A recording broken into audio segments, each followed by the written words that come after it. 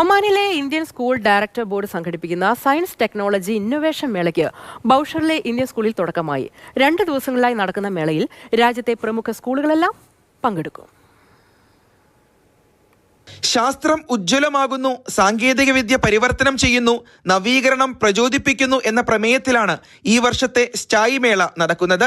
ശാസ്ത്രവും സാങ്കേതികവിദ്യയും നവീന ആശയങ്ങളും സംഗമിക്കുന്ന വേദിയാണ് പരിപാടി.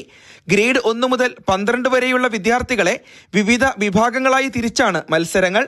It's a science, technology and innovation festival which is organized for the children, and this time there are 22 Indian schools participating it. Along with that, there are some international schools also who are participating.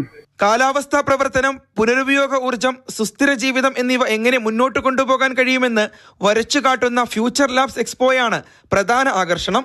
We got a remarkable participation list of 24,000 plus students from all 22 Indian schools and 5 international schools, and this is the first time we were able to reach this particular target.